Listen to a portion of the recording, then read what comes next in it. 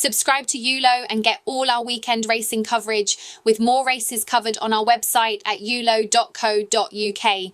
Remember that every race of the Cheltenham Festival will be covered on this channel, and check in on Spotify for the ULO Weekender podcast, covering in-depth analysis of the big races coming your way.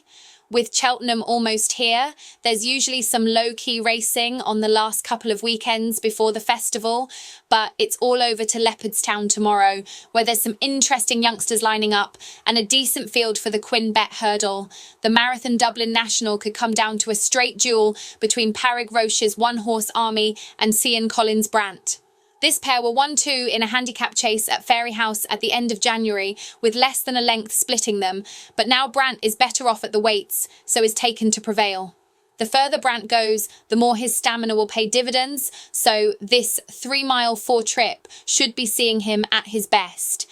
Peter Fahey's Bruce Jack hasn't won for a while, but should be in the mix, while Willie Mullins tries out Iris Emery as top weight for her handicap chase debut, and this completes the shortlist.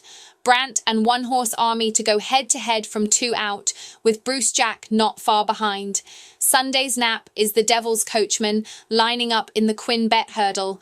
Second to Maxim in the Grade 2. Boyne Hurdle is rock-solid form to bring to the table here, so the Devil's Coachman would be expected to capitalise on this ease in grade.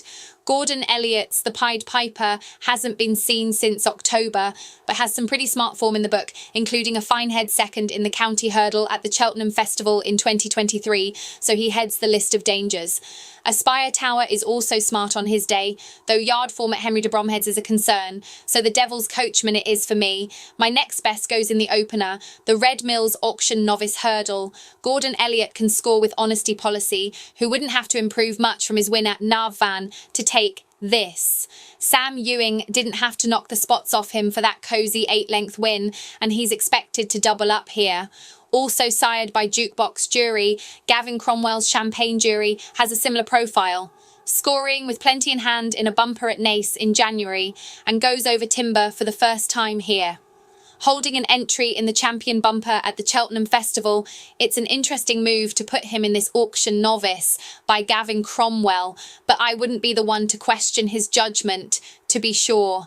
Thomas Cleary's Great Attitude won the last day at Fairyhouse, so these are the 3, with Honesty Policy getting my vote. John McConnell looks to have a nice one in the yard with Fortune the Brave, who wasn't all out to take a bumper at Kilbeggan last September, and he can take the Adair Manor Maiden Hurdle. Not seen since then, so taken on trust that he's ready to fire, but Gavin Browder is in the hot seat, and Fortune the Brave tops my list. Dennis Hogan's Polemon was handy on the flat and looks the best of the rest, but Fortune the Brave can take this maiden, which shouldn't take too much winning. A chance is taken on Gavin Cromwell's tyre kicker for the listed handicap chase. He outran his odds of 18-1 to finish a good second to favourite Hasthing at Windsor in January, not getting a clear run after the omitted last fence, so with a dash of better luck can take this step up in grade.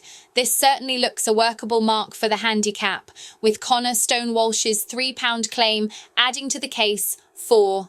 Willie Mullins, Meeting of the Waters, commands respect back over fences, but has to give plenty of weight to the selection, so tyre kicker gets the nudge.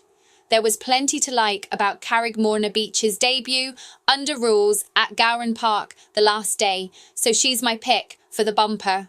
Declan Queally didn't have to knock the dust off her to come home by 12 lengths, and every chance that there's more to come from this Blue Brazil sired filly. Gordon Elliott's Eternal Echo won a race with just the 4 at Naas, so looks to be the one to watch, but Carrickmorna Beach is the one to side with.